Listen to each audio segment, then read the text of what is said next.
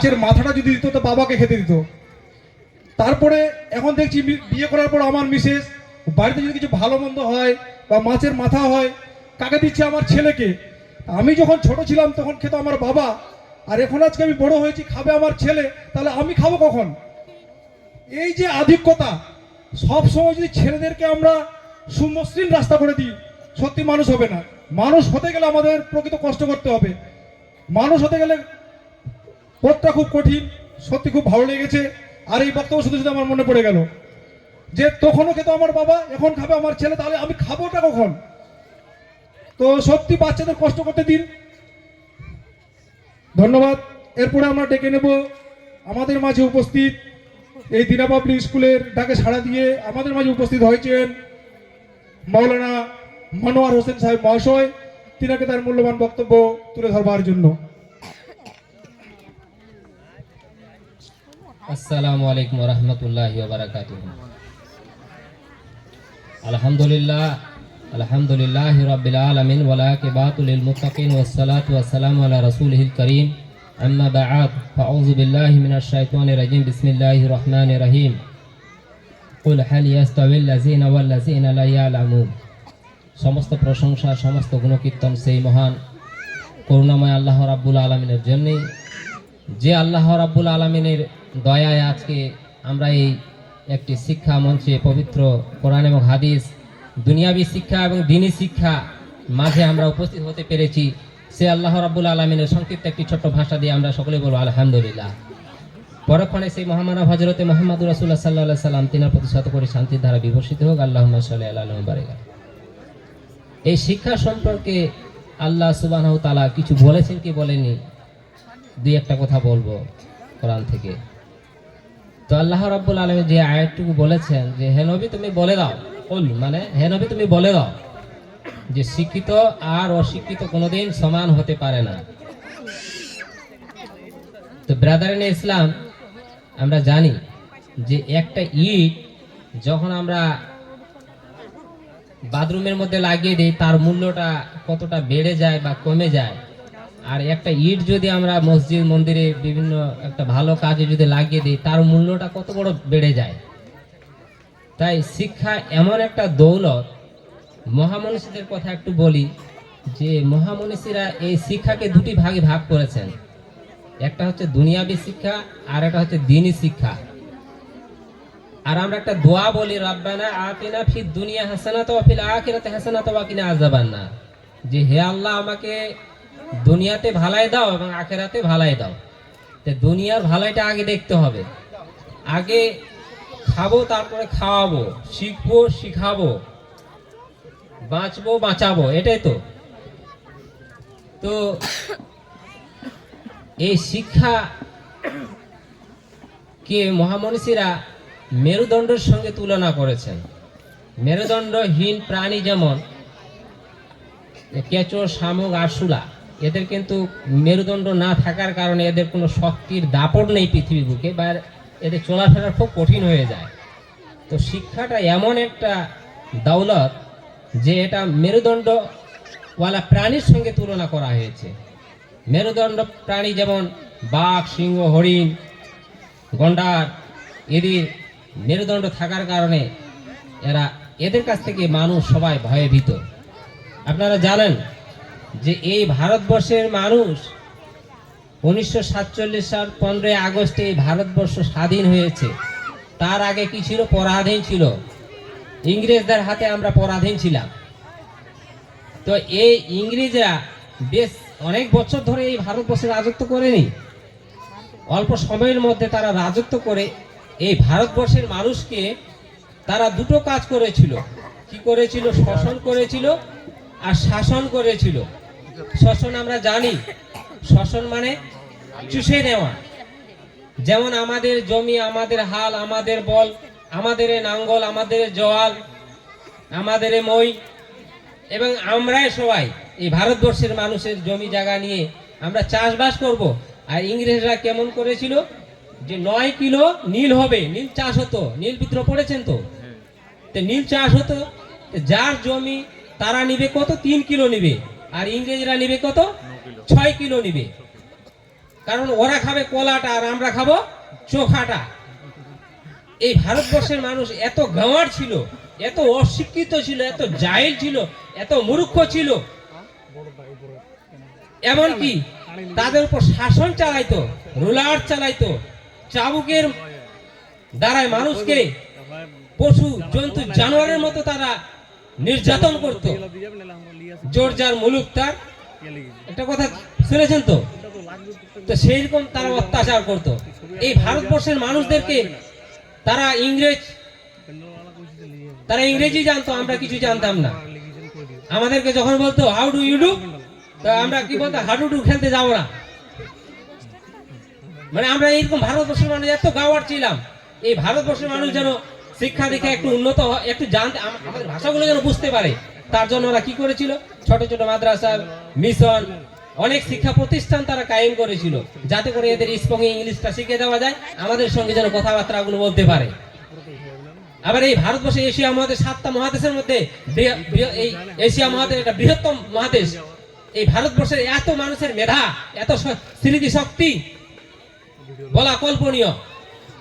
এই ভারতবর্ষের মানুষেরা যখন বাইরে শিক্ষা দীক্ষার জন্য গেল, তারা ভালো পদে, এরা অনেক ব্যারিস্টারে পাশ করে আসার পরে ভারতবর্ষে তারা কি করলো, আন্দোলন শুরু করলো।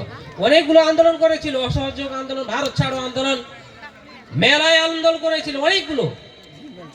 শুধু মুসলমানরা নয়, এই ভারতবর্ষের সর্বজাতি, হিন্দু, মুসলমান, জৈন, খ্রিস্টান, বৌদ্ধ, আদিবাসী সবাই মিলে এক হয়ে ইংরেজের বিরুদ্ধে আমরা আন্দোলন করেছিলাম।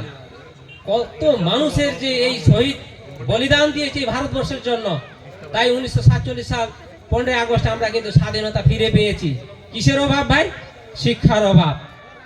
তো ব্রাদার ইসলাম, এই এমন একটা প্রতিষ্ঠান, তো আমরা মন্দ আরে ভালোবাসা মনেতে রেখো না, আঙ্গুর ফল কখনো ঝাউ গাছে তো ধরে না। কথাটা বুঝতে পেরেছেন? আপনার স্বপ্নটা হচ্ছে অবাস্তব, অকল্পনীয়, আর আপনি মনে মনে বলবেন যে আমি এটা খাবো, হবে? যেমন একটা কলার গাছ লাগালাম আর বলবেন কি আমি আম খাবো, এটা সম্ভব নয়। তো আমাদের উদ্দেশ্য, আমাদের কর্ম, মানে এটা থাকা উচিত। তাই আমরা এই যে বাচ্চাগুলো, বীজগুলো আমরা যে দিচ্ছি, বিভিন্ন মিশন আজকে ছাতার মতো গেজে উঠেছে। তাহলে মাশাআল্লাহ এখানে একটা প্রতিষ্ঠান হয়েছে, যেখানে আপনারা শুনতে পেলেন, কোরআনের আয়াত শুনতে পেলেন, হাদিস শুনতে পাচ্ছেন, নৈতিকতার শিক্ষা, মানবতার শিক্ষা। আজকে অনেক মাতা পিতা বলেন আমার বাবা আমাকে, আমার ছেলে আমাকে ভাত দিচ্ছে না, আমার বৌমা দিচ্ছে না। তা আপনি বীজটা তো খারাপ পুঁতেছেন, আপনার সন্তানকে তো সুশিক্ষা দিতে পারেননি। তাই শিক্ষাকে দুটি ভাগে ভাগ করেছে, একটা দিনী শিক্ষা, একটা দুনিয়াবী শিক্ষা। তো এই দুনিয়াবী শিক্ষার সাথে সাথে তারা দিনটাকে জুড়ে দিয়েছেন। এখানে একটা দোয়া শেখানো হয়। দোয়াটা কি? মাতা পিতার জন্য, যে মা বাপ গর্ভ রেখে 9 মাস 10 দিন রেখেছিলেন, সেই দোয়াটা কি? রব্বির হামহুমা কামা রাব্বায়ানি সগীরা। এর মানে কি? অনেকে জানে না, কোরআন পড়ে কোরআনের মানে বুঝে না, অর্থ বুঝে না। এর মানে হচ্ছে রব্বির হামহুমা কামা রাব্বায়ানি সগীরা, হে প্রভু, হে দয়াময় মাবুদ, আমার মাতা পিতার উপর রহমত বর্ষণ করো। কেন? যে তারা আমাদেরকে ছোটবেলায় খুব কষ্টের সঙ্গে লালন পালন করেছেন। তাই আমি বলবো, যতগুলো অভিভাবক আমরা এসেছি, আমরা বুঝবো যে শিক্ষা কোথায় দিলে আমাদের বাচ্চাটা দিন এবং দুনিয়া উভয় শিক্ষা পাবে। তাই আমি আল্লাহ তাআলার কাছে দোয়া করি, আমাদের এই যে অভিভাবকরা এসেছেন, তিনাদেরকে দিন এবং দুনিয়া উভয়কে নিয়ে মানসিক মানবতার শিক্ষার দিকে এগিয়ে আসার তৌফিক দান করুক। আমিন। আসসালামু আলাইকুম। অনেক অনেক ধন্যবাদ মাওলানা মনোয়ার হোসেন মহাশয়কে তার মূল্যবান অপিনিয়ন আমাদের সামনে তুলে ধরবার জন্য। এরপরে আমরা 2-4টি কথা শুনে নেব। আমারও শিক্ষক ছিলেন যিনি, এবং আল্লাহ তাকে এখন আমি মুসলমান ভাই বোনদের সালাম এবং হিন্দু ভাই বোনদের নমস্কার জানিয়ে আমার বক্তব্য আমি আরম্ভ করছি। প্রথমে কিছুদিন আমি এখানে আসলে 1 বছর হলো, এত দিনা পাবলিক স্কুল উন্নত হয়নি। আজকে বেশ উন্নত মনে হচ্ছে। এর অবদান হচ্ছে একমাত্র আমার প্রাক্তন ছাত্র যেগুলো পাহাড়পুরে আছে তাদের উদ্যোগে। এই যে সুন্দর প্রতিষ্ঠান তৈরি করেছে, এই খেলাধুলা, সাংস্কৃতিক অনুষ্ঠান, তার জন্য আমার প্রাক্তন ছাত্র এবং পাহাড়পুরের সবাইকে আমার আন্তরিক শুভেচ্ছা ও ভালোবাসা জানাচ্ছি। আমি আশা রাখবো এই স্কুলটা যেন টিকে থাকে, তার জন্য পাহাড়পুর আমার যে প্রাক্তন ছাত্ররা আছে তারা যে স্কুল পক্ষে নজর রাখে। আর বিশেষ করে অভিভাবকদের বলছি, আপনার পাশের স্কুল আপনারা সবাই পাঠান ছেলে মেয়েদের, এবং শিক্ষার জন্য হয় সেদিকে নজর রাখবেন। আর বিশেষ করে বলার সময়ও নাই করছি না, এখন আমি স্কুলে দিনা পাবলিক স্কুলের শিক্ষকদের বলছি, এখানে অভিভাবকরা কেন পাঠায়? এখানে মানুষ গড়ার জন্য। এইটা একটা ফ্যাক্টরি, মানুষ গড়ার কারিগর।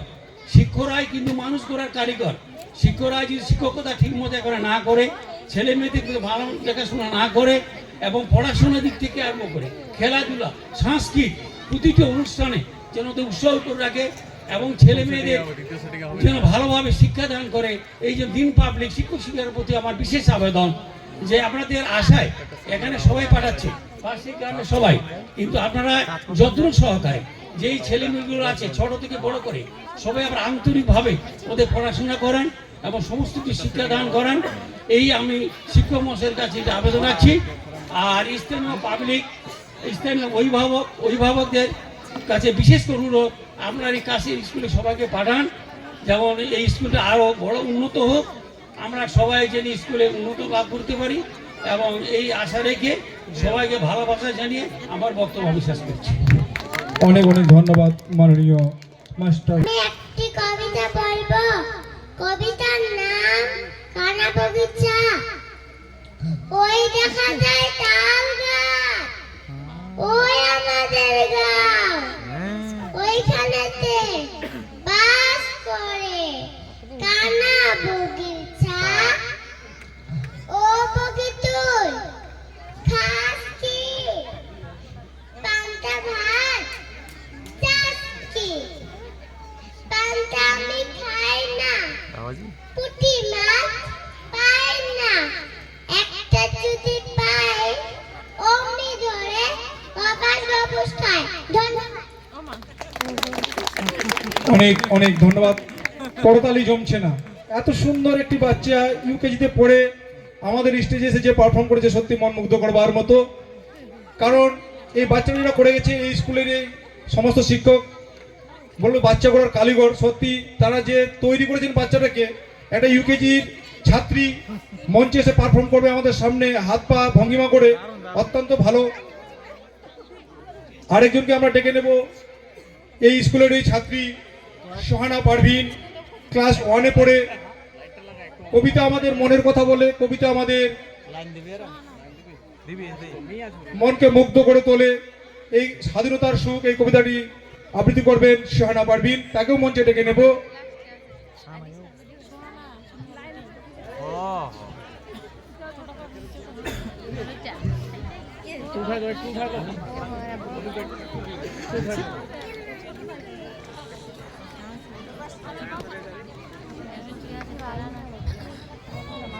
আসসালামু আলাইকুম। আমার নাম সোহানা পারভিন। আমি একটি কবিতা বলবো।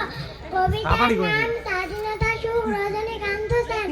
বাবুই পাখিরে ডাকি বলিছে চূড়ায়, কুড়ে ঘরে থেকে করো শিল্পের বড়াই। আমি থাকি মহাসুখে অট্টালিকা পড়ে, তুমি কত কষ্ট পাও রোদ বৃষ্টি ঝরে। বাবুই হাসিয়া কহে সন্দেহ কি তাই, কষ্ট পাই তবু থাকি নিজের বাসায়।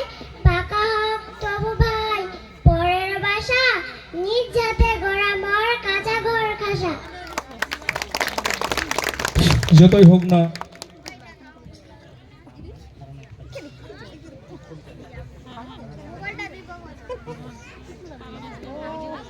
ক্লাস 1-এর একটি ছাত্র ফারহান হোসেন, তিনিও তার প্রতিভা দেখিয়েছেন। আমি নাম লেখাতে না পারি, আমিও বলবো মঞ্চে, সত্যি এটা খুব গর্বের, খুব আনন্দের।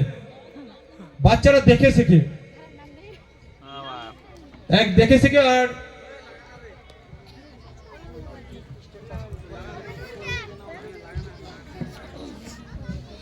আসসালামু আলাইকুম। আমার নাম ফারহান আক্তার হোসেন। আমি একটি আপনাদের কবিতা শোনাবো। কবিতার নাম আমার মা। বানালে কেমন হতো ভাবি আমি রোজ, কে খাওয়াতো কে চাঁদ দেখাতো কে রাখতো খোঁজ, জামা জুতো কে পড়াতো বই, আদর ছাড়া মানুষ হলে পেতাম কি আর থই। আমার মাঝে কত ভালো, বুঝে না তো কেউ জানি, আঘাত পেলে অসুখ হলে ভাঙ্গে দয়খানি, মায়ের মতো গল্প বলা জানে না তো কেউ, মানা হলে বুকে ওঠে অনেক ব্যথার ঢেউ, ও তাই মাকে আমি দুঃখ দেব না, আজ আমার ভীষণ আপন আমার সোনার মা। সত্যি মা জাতিটাই তাই, মারা হচ্ছেন সবার শ্রেষ্ঠ। যিনি তার নিজের ভাষাকে ব্যক্ত করেছেন, তার মনের মধ্যে অনুভূতি হয়েছেন, তার নাম ছিল না, তিনি তার মাকে কত ভালোবাসেন সেটাই পরিবেশনা করে গেছেন এই দিনা পাবলিক স্কুলের ছাত্র।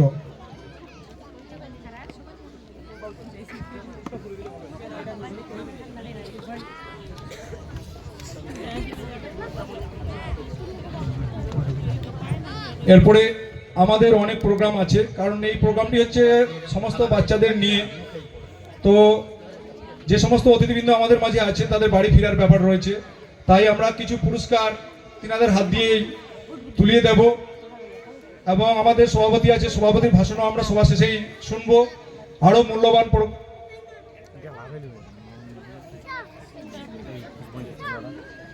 যে সমস্ত বাচ্চারা পুরস্কার পাবেন তাদের সবাইকে ডাকবো না, কিছু বাচ্চাকে ডেকে নেব। এলকেজিতে রয়েছে রিফাত হোসেন, ফার্স্ট পজিশন হয়েছে এলকেজিতে।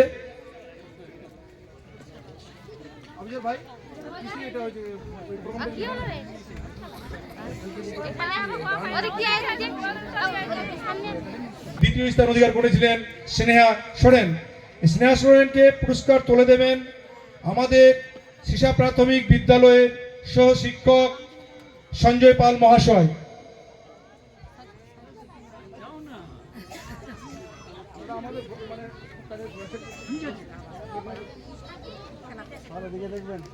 ওড়াতালি পড়ছে না, একটা ইয়ারলি ফসল, একটা সারা বছর অক্লান্ত পরিশ্রম করে যে ক্লাসের দ্বিতীয় স্থান অধিকার করেছে তার জন্য আমরা হাততালি দেবো না? হাইডে হতভাগা গার্জেন আমরা।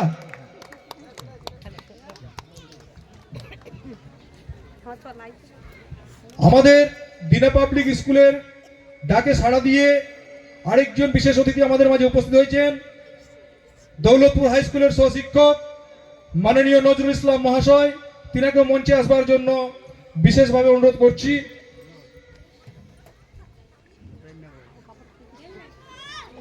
এরপরে আমরা মঞ্চে ডেকে নেব ইউকেজির প্রথম স্থান অধিকারী, প্রথম স্থান সুহানা পারভিন। সুহানা পারভিন, আমরা দেখতে পাচ্ছি যে বাচ্চাগুলো শুধু এখানে প্রতিযোগিতায় নাম লেখায়নি, তারা সেও ফার্স্ট হয়েছে। যার প্রতিভা রয়েছে তার সব দিক থেকে আমরা দেখতে পাচ্ছি, যেমন তার স্টেজ পারফর্ম, পড়াশোনা, এটা একদিনের ফসল নয়, আস্তে আস্তে প্রত্যেকটা বাচ্চায় এগিয়ে আসে, তার জন্য কাউন্সিলিং করা হচ্ছে আমাদের। সুবর্ণ হাতে পুরস্কার তুলে দেবেন বিশ্বজিৎ ভাল মহাশয়, আমাদের শিশা প্রাথমিক বিদ্যালয়ের প্রধান শিক্ষক মহাশয়। ফটো সেশন, ছবি হবে।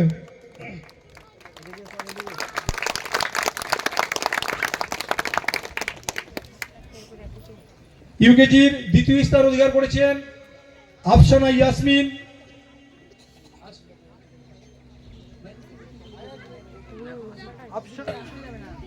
হ্যালো, আফসানা ইয়াসমিন, তিনাকেও মঞ্চে আসবার জন্য বলা হচ্ছে।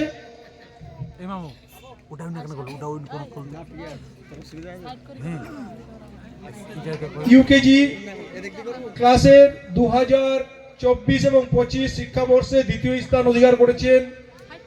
ক্লাসের মধ্যে এটা গর্বের বিষয়, এর জন্য একটা হাততালি হবে। আফসানা ইয়াসমিনকে সম্মানীয় ট্রফি তুলে দেবেন আমাদের এই শিক্ষক সজিবুল সরকার মহাশয়।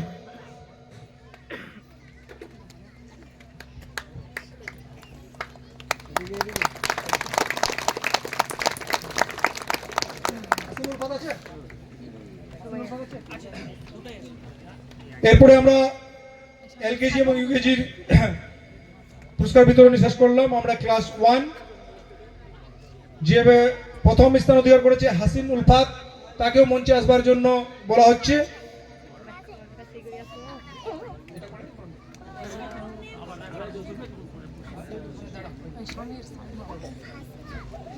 হাসিন উলফাতের হাতে পুরস্কার তুলে দেবেন সুভাষ রায় মহাশয়, বিশিষ্ট সমাজসেবী।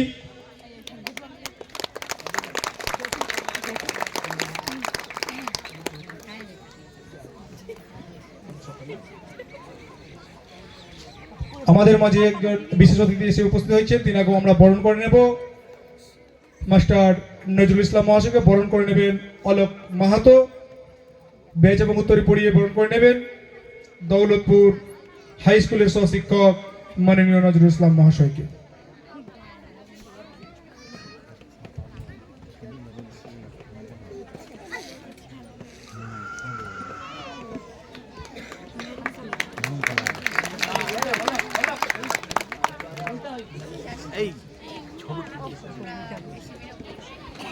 এই ফটো সেশনটা অলকা ঘুরবা।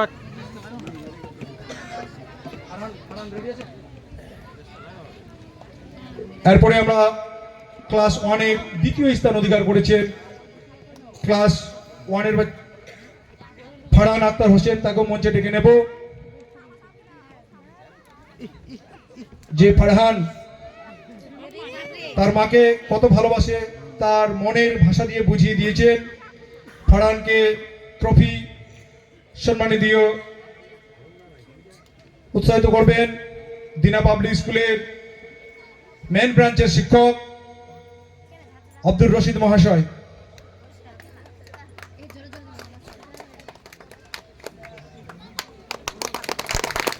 করতালি জমছে না। এরপরে আমরা একটু মূল্যবান কিছু 2-4টি কথা শুনে নেব। শত ব্যস্ততার মাঝে আমাদের দিনা পাবলিক স্কুলের ডাকে সাড়া দিয়ে আমাদের মাঝে উপস্থিত হয়েছেন দৌলতপুর স্কুলের সহশিক্ষক মাননীয় নজরুল ইসলাম মহাশয়। তিনার মূল্যবান কিছু বক্তব্য আমরা শুনে নেব, যাতে আগামী দিনে কিভাবে চলতে গেলে স্কুলটিকে আরো উন্নতভাবে বা একটা মডেল স্কুলে নিয়ে যাওয়া যায় সে বিষয়। ধন্যবাদ।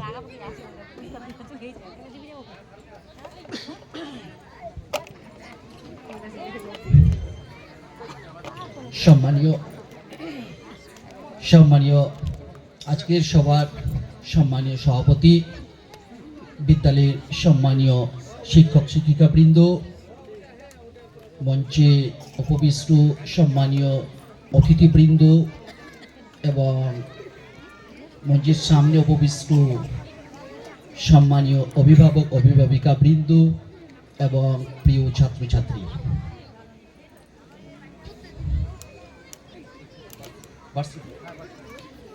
বার্ষিক সাংস্কৃতিক অনুষ্ঠান মানে সংস্কৃতি নিয়ে, আমাদের সংস্কৃতি নিয়ে চর্চা। ওটা ছাত্রছাত্রীদের কাছ থেকে অর্থাৎ অভিভাবক অভিভাবিকাদের কাছ থেকে নেওয়া হয়।